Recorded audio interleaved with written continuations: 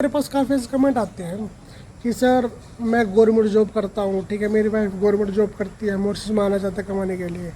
तो भाई मैं आपको एक बात बताना चाहता हूँ, मॉरिशस को यूएसए नहीं है, यूएसए कनाडा नहीं है जो आप यहाँ पे लाखों रुपये कमा सकते हो, ठीक है। अगर आपकी जॉब अच्छी है, अगर कोई बंदा 30,000 रुपये इंडिया में कमाता है, घर में आराम से 50,000 रुपये के आसपास आ रहा था, आराम से आ रहा था। बंदे भाई 6 लाख रुपए वीज़ा में लगा गए, उसकी वाइफ का 3 लाख में काम हुआ, उसका 3 लाख में 6-7 लाख रुपया लगा के आए, ठीक है, 7 लाख रुपया। ओके दोस्तों, यहाँ पे आए जॉब छोड़ के, फिर वो यहाँ पे पता कितना कमा रहे हैं, 50,000 रुपया इंडिया में आराम से बचा लेते हैं, 40-50 हज़ार रुपया यहाँ पे वो। दोस्तों मैं जब वीडियो बनाता हूँ ना तो मैं कभी कभी है ना कुछ बातें भूल जाता हूँ बताने के लिए, फिर बाद में समझ आता है यार ये बात बतानी थी इस वीडियो में, ठीक है। अगर आपको और भी कोई डाउट हो ना फार्मिंग वगैरह के बारे में या फिर कुछ भी मौसम के बारे में पूछना तो मुझे आप है ना कमेंट कर देना।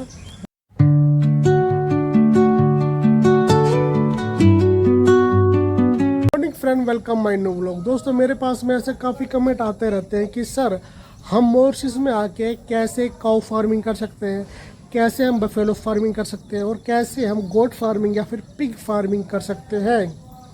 दोस्तों आज इस वीडियो में है ना मैं आपको डिटेल से है ना सब कुछ बताने वाला हूँ कि आपको गवर्नमेंट क्या क्या बेनिफिट देगी, ठीक है, क्या क्या आपको सब्सिडी देने वाली है और आप वो सब्सिडी कैसे ले सकते हो, ठीक है।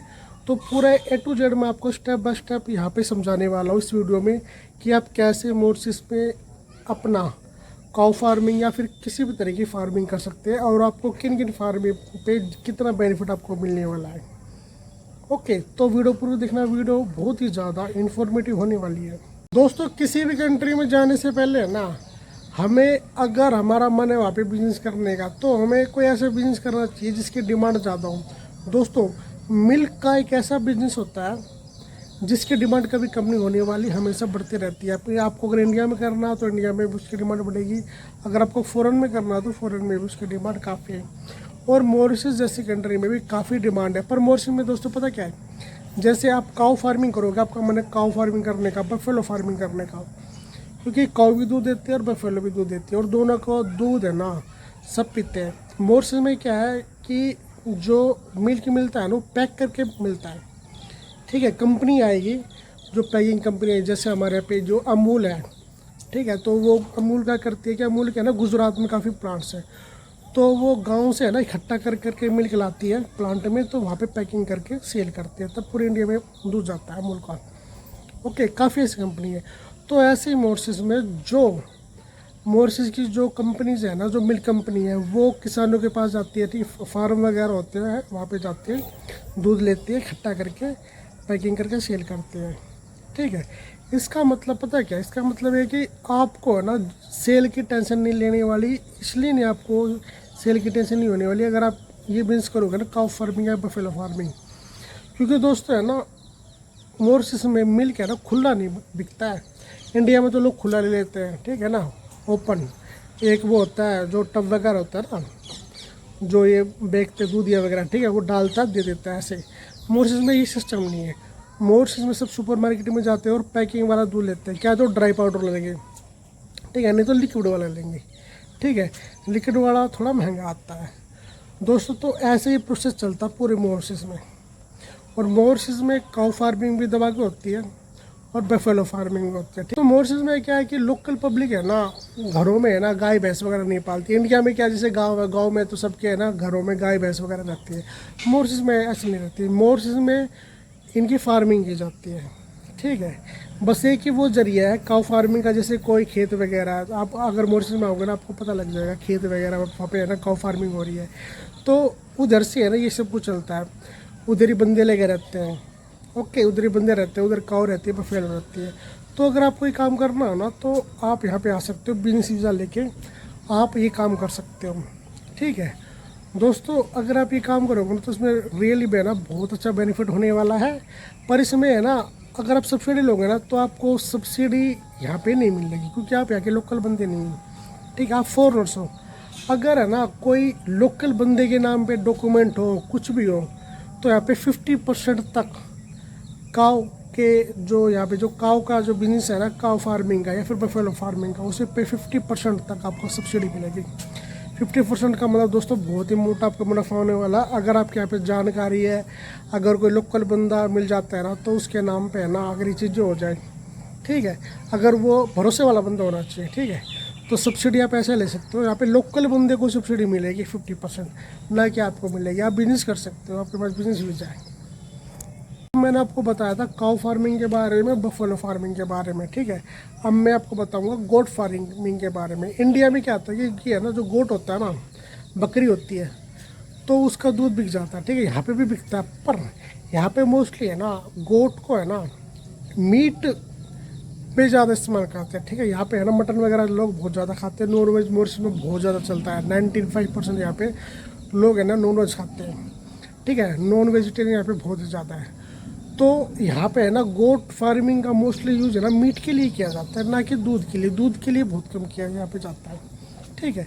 तो गोट फार्मिंग का ये हो गया है। और गोट फार्मिंग के पे भी गवर्नमेंट सब्सिडी देती है। जो फार्मूला मैंने आपको बताया उस तरीके से आप कर सकते हो। यहाँ पे आइए, घूमिए फिरिए, देखिए। गोट का मीट तो है ना जल्दी से यहाँ पे मिलता नहीं है, ठीक है। मटन वगैरह जो होता है ना ये, तो ये बिजनेस करके है ना आप है ना अगर नॉन वेज का काम करना चाहते हो दबा के यहाँ पे कर सकते हो। बहुत ही यहाँ पे ये काम चलेगा, ठीक है। पिग फार्मिंग बता दो तो पिग फार्मिंग में यहाँ पे दबा के चलती है, ठीक है। तो अगर मैं यहाँ पे मुर्गी पालन की बात करूँ ना, तो मुर्गी पालन का बिजनेस बहुत ही यहाँ पे अच्छा है। यहाँ पे लोग है ना चिकन बहुत ज़्यादा खाते हैं, ठीक है। चिकन खाते हैं, अंडे बहुत ज़्यादा खाते हैं। अगर कोई भाई यहाँ पे मुर्गी फार्म करेगा ना, तो यहाँ पे गवर्नमेंट है ना बहुत तगड़ी यहाँ पे सब्सिडी देती है मुर्गी फार्म पर, ठीक है। अगर किसी का एक्सपीरियंस हो ना तो ये काम कर सकता है, छोटे में कर सकता है। दोस्तों देखिए, काफ़ी लोग मेरे को बोलते हैं कि सर मॉरिशस में ना ज़मीन कैसी है। एक सर है गुजरात से, नाम नहीं जानते, बोलते हैं कि हम वहाँ पे खेती करना चाहते हैं, मॉरिशस में आके फार्मिंग करना चाहते हैं, काउ फार्मिंग करना चाहते हैं वगैरह वगैरह। तो उन्होंने ये बोला कि भाई हम है ना वहाँ पे ज़मीन का रेट क्या, ज़मीन ले लेते हैं। भाई मॉरिशस में ज़मीन बहुत ज़्यादा महंगी है, करोड़ों में ज़मीन है भाई यहाँ पे, ठीक है। आप रेंट पे लीज पे लेके ना यहाँ पे करोगे ना तो वो शायद ठीक रहेगा आपके लिए।